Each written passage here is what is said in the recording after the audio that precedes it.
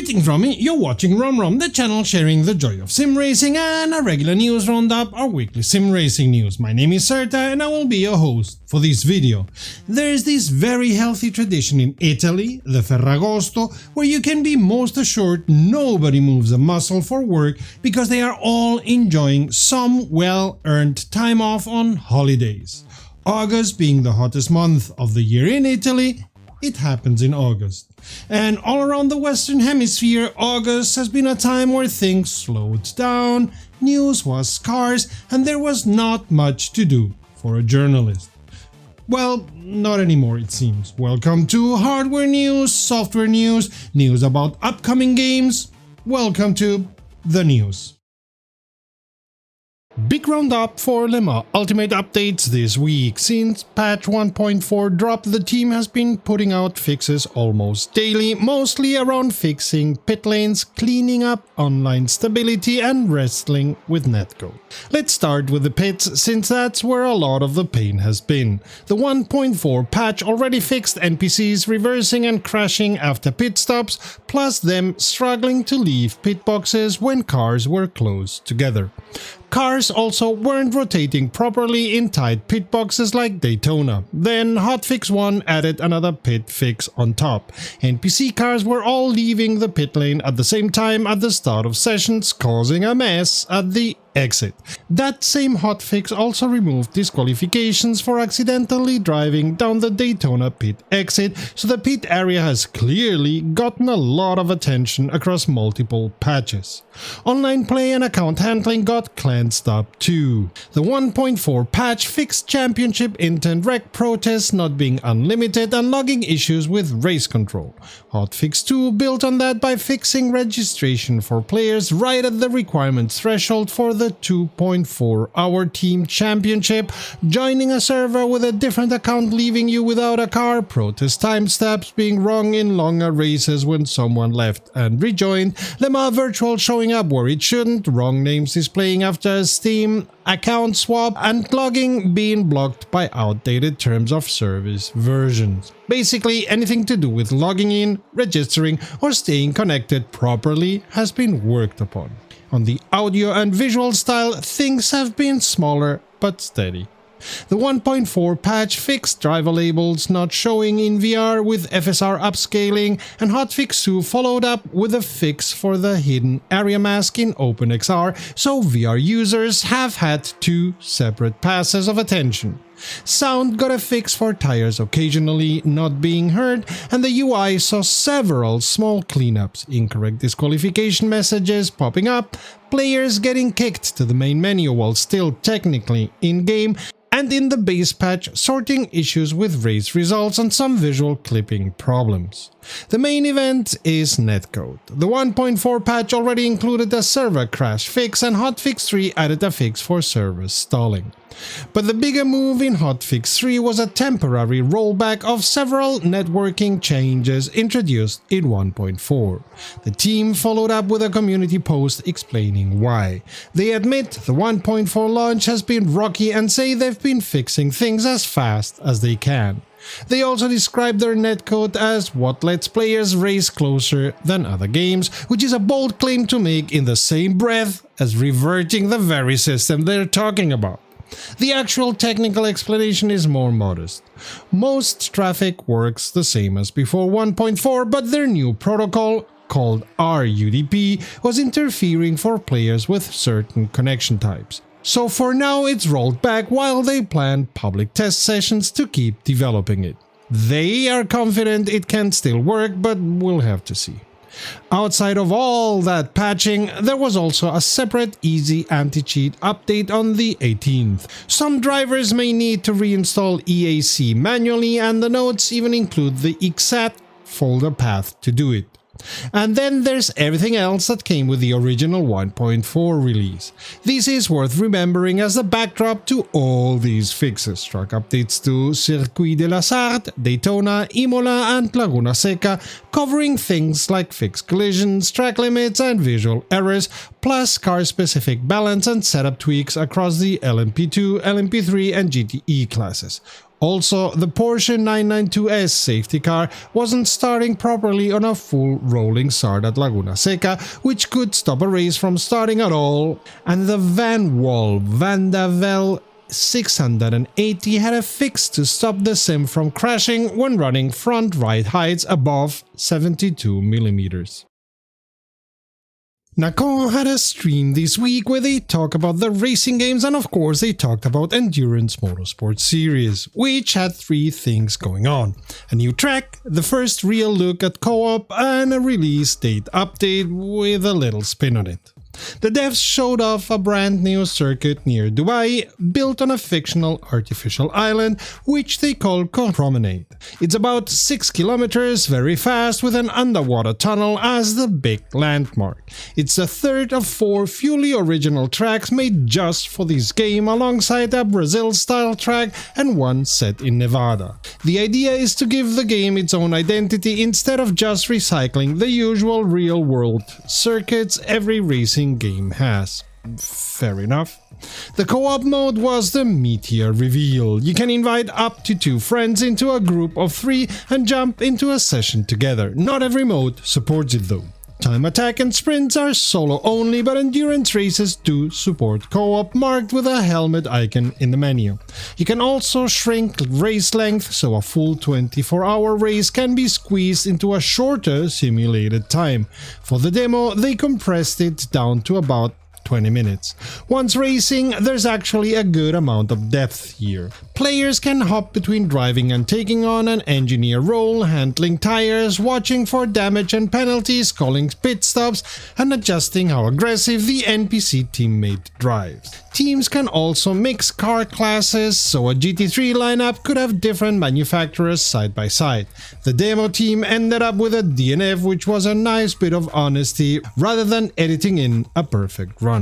But co-op PvP, the team versus team mode, was originally planned for this year but is now pushed to spring 2027.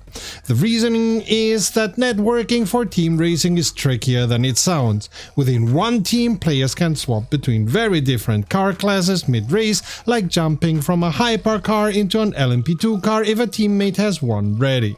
And PvP means several 3-player teams all racing at once for a full 24-hour race without anything breaking along the way. That is a lot of moving parts, so the extra time makes sense. Crossplay is also something they are chasing, though it's not locked in for launch yet. The delay itself seems like a reasonable call, but it does get wrapped in a lot of positive framing about polish and refinement, while the actual date slip gets mentioned almost as an afterthought. Classic way to soften a delay without really addressing it head on. If you want in early, signups for the co-op PvP playtest are open now, link in the description. After more than a year with not much news around Asetek products, they've released something like a software button box for free. So if you own an Asetek wheel with a display, you can have 6 buttons displayed on it, and that is your button box, they say.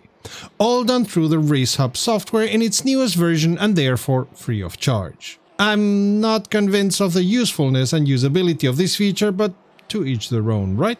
Keeping with sim racing hardware, Simocube have released an interesting wheelbase mount. It's made out of CNC'd aluminum and can angle from -24 degrees to 20 degrees, can be mounted upside down, and will hold any Simocube 2 and Simocube 3 wheelbase.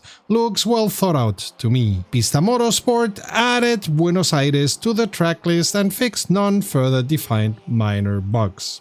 Luckily for us, and most especially for motorsport games, the time where we asked ourselves if they were going to survive till the next quarter are history, as they showed in their quarterly investor presentation this week. In fact, in this half year, they've made 80% more gross income than in 2025 with 20% of the costs. By the way, anything that isn't clear here is my fault, while everything clear here is thanks to the help of Michi Hoya in understanding their financials. LMU's online race control has over 40,000 paying subscribers and produces 1.4 million USD in revenue. That is, before costs are subtracted, out of a total revenue of 7.5 million USD. Good news for them, good news for us. Now, if they could take back the license for an IndyCar racing simulation, that would be dreamy. Not gonna happen, I know, but a girl can dream, right? RaceRoom has a big patch out with the HED overhaul, a deep dive into GT3 physics, and some track updates that come for free. Let's start with the HED. 2 weeks ago, they rolled out a new HED, see the link up there, and this patch is the response to all the feedback. They cut its performance cost with a GPU and bandwidth pass and fixed a pile of smaller issues. Instrument Pod's RPM arc now works like proper shift lights, going green to yellow to red at your optimal shift point. The MFD relative now colors drivers by the flag they're causing, which is a smart, practical touch for racing. Nice one. There's a new input graph showing your pedal history plus ABS and TC activity. The Delta timer updates more often. The MFD now tells you how many laps your requested pit fuel is actually worth. They also added a warning once you hit 80% of your incident allowance, improved widget snapping to screen edges, and fixed the flag panel so a checkered flag no longer visually overrides a flag that should take priority, like a black flag.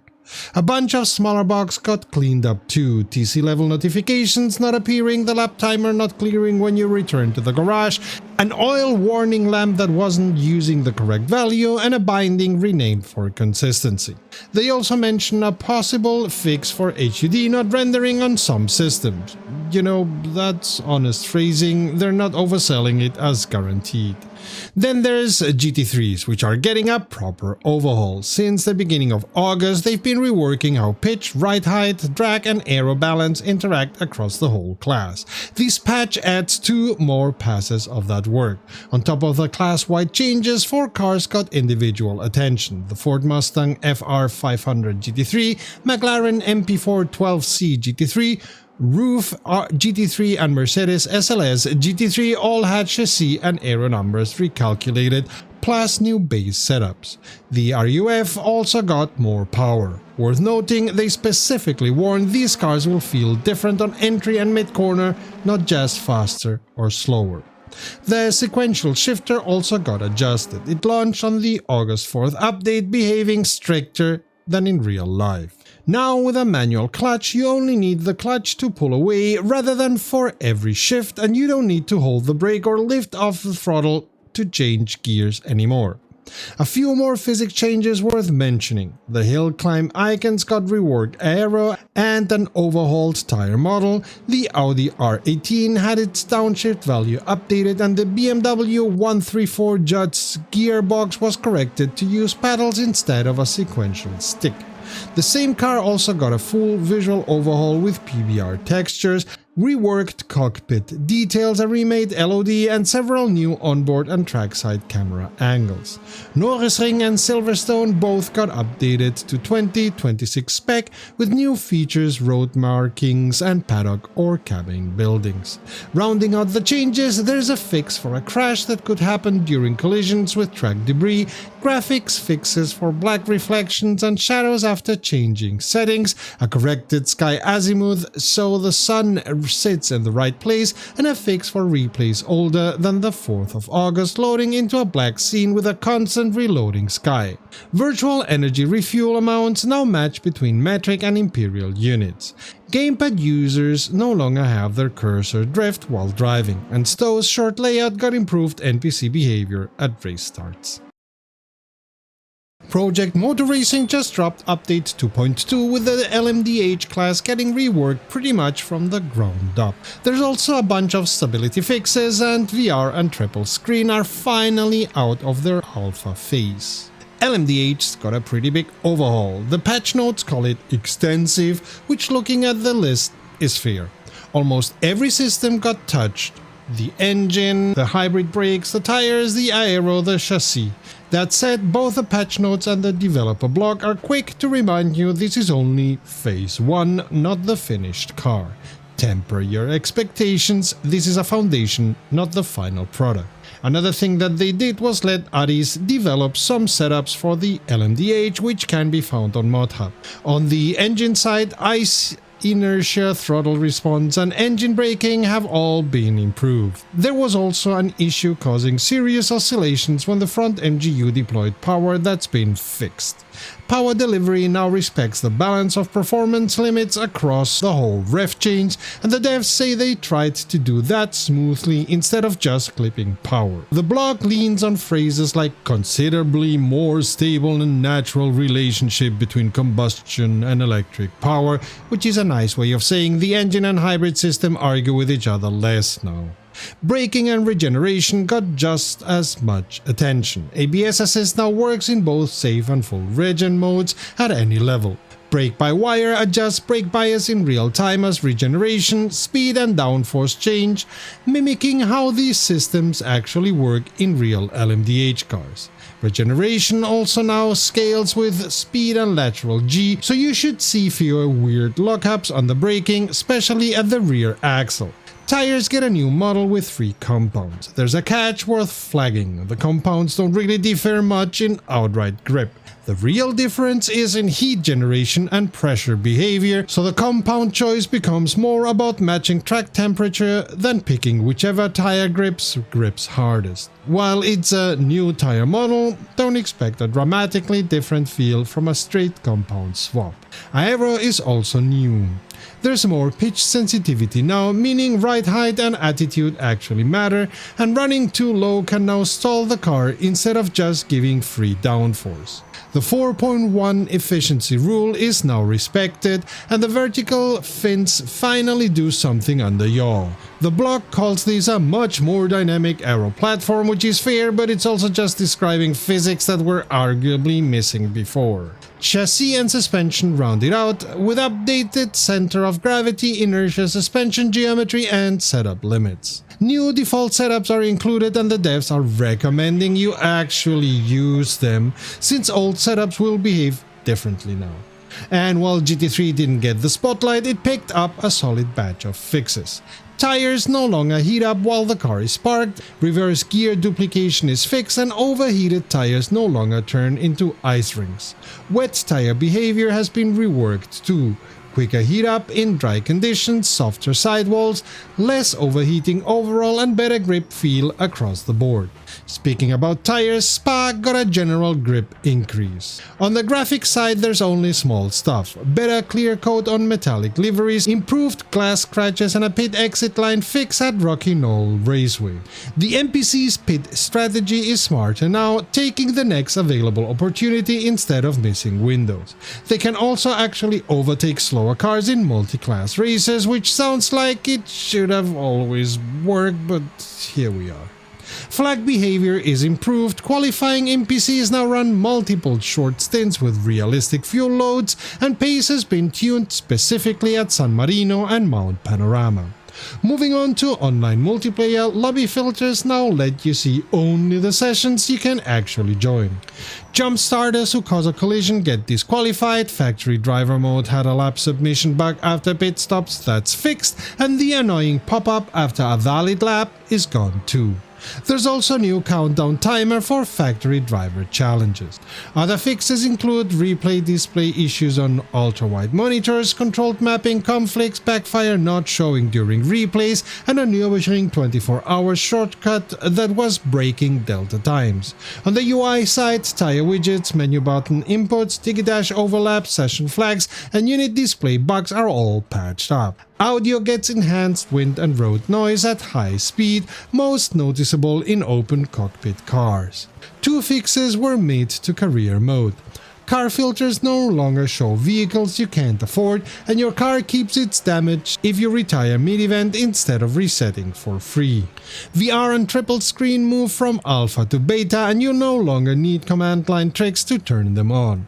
They're in the settings menu now. VR and triple screen move from alpha to beta, and you no longer need command line tricks to turn them on. They're in the settings menu now. VR got general stability work, an updated default cockpit camera and better mirror reflections, though the devs suggest resetting to default settings to get the benefit.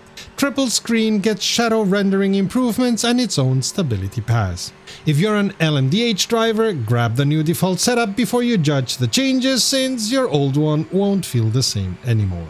We will always let you feel the joy of sim racing, even more so if you like the video, subscribe to our channel or become a patron. See the link below.